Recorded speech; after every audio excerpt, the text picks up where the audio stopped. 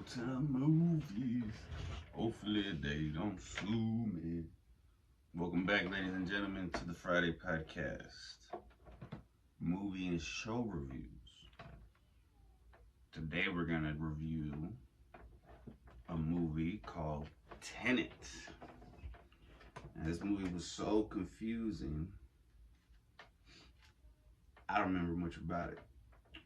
So let's do a real quick review. So Tenet is a 2020 science fiction action thriller film written and directed by Christopher Nolan, who also produced it with his wife Emma Thomas. A co-production between the UK and the US. It stars John David Washington, Robert Pattinson, Elizabeth Debicki, Dimple Kapadia, Michael Caine, and Kenneth Branagh. Somebody's name is Dimple. The film follows a former CIA agent who is recruited into a secret organization tasked with tracing the origin of objects that are traveling backwards through time and their connection to an attack from the future to the present. Nolan continued his relationship with Warner Bros. And his production company Syncopy for the film's production and distribution. It took him over 5 years to write the screenplay after deliberating about its central ideas for more than a decade.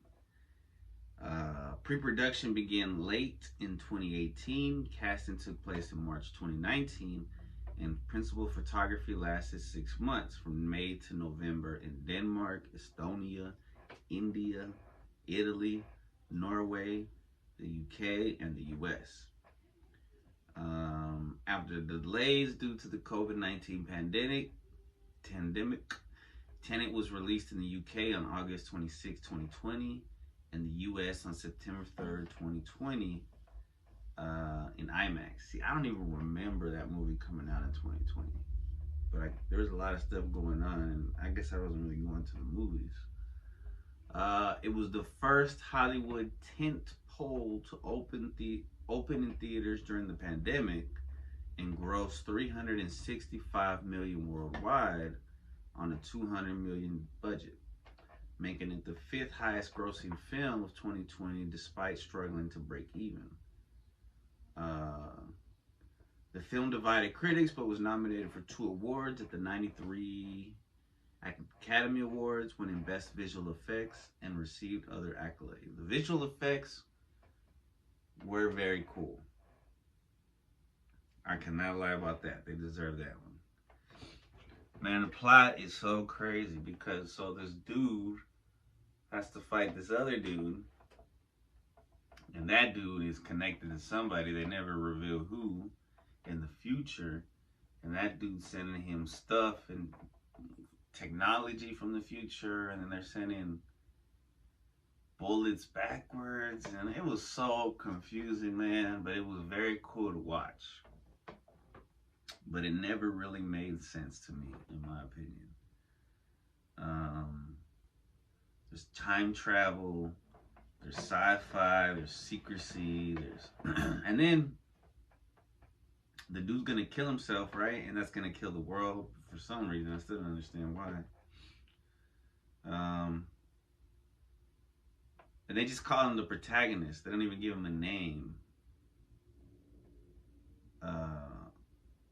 But he's later revealed as the founder of Tenet. Very interesting. I guess that makes sense. So Robert Pattinson was the protagonist's handler, later revealed as a long-term associate of the protagonist. Yeah, that was cool. The reveal was cool.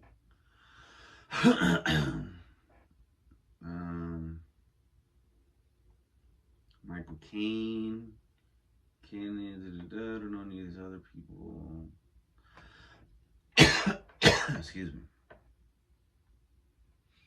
He began working on the script in 2014. He conceived the ideas behind Tenet over the course of 20 years. Like, this movie could have been, maybe it needed to be spread out more. It would have been better as a trilogy, you know, because I could really get into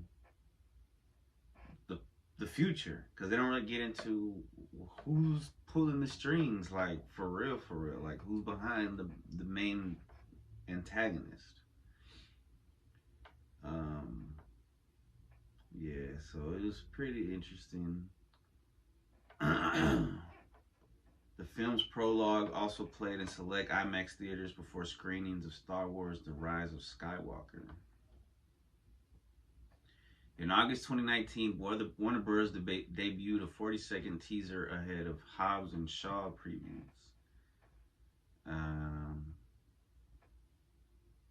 Somebody from IGN described it as Inception with time travel. Inception, I need to rewatch that one, because from what I remember, it was already... I don't even know if I watched the whole thing. Maybe I just seen clips of Inception.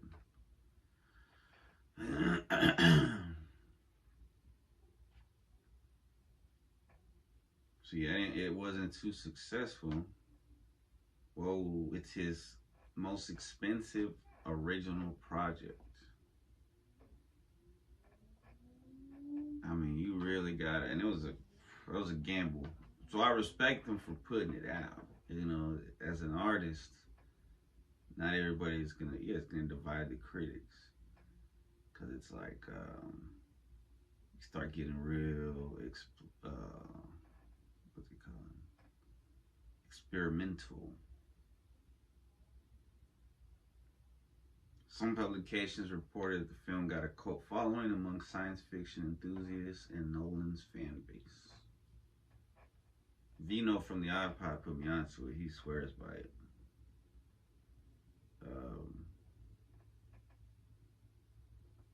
It goes into, so the complex plot and character timelines, ambiguities, and hidden details have been analyzed, leading to various fan theories and interpretations. So there's palindromes, temporal paradoxes, and free will, scientific accuracy. It's wild, man. But it's above my head. It's above my pay grade.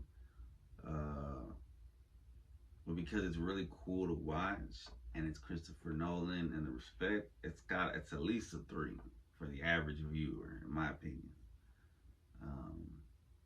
Probably deserves better, probably deserves more views, but I think if it would have been like a couple movies at least, or 3, just really spread out, because I want to know more about the story, you know?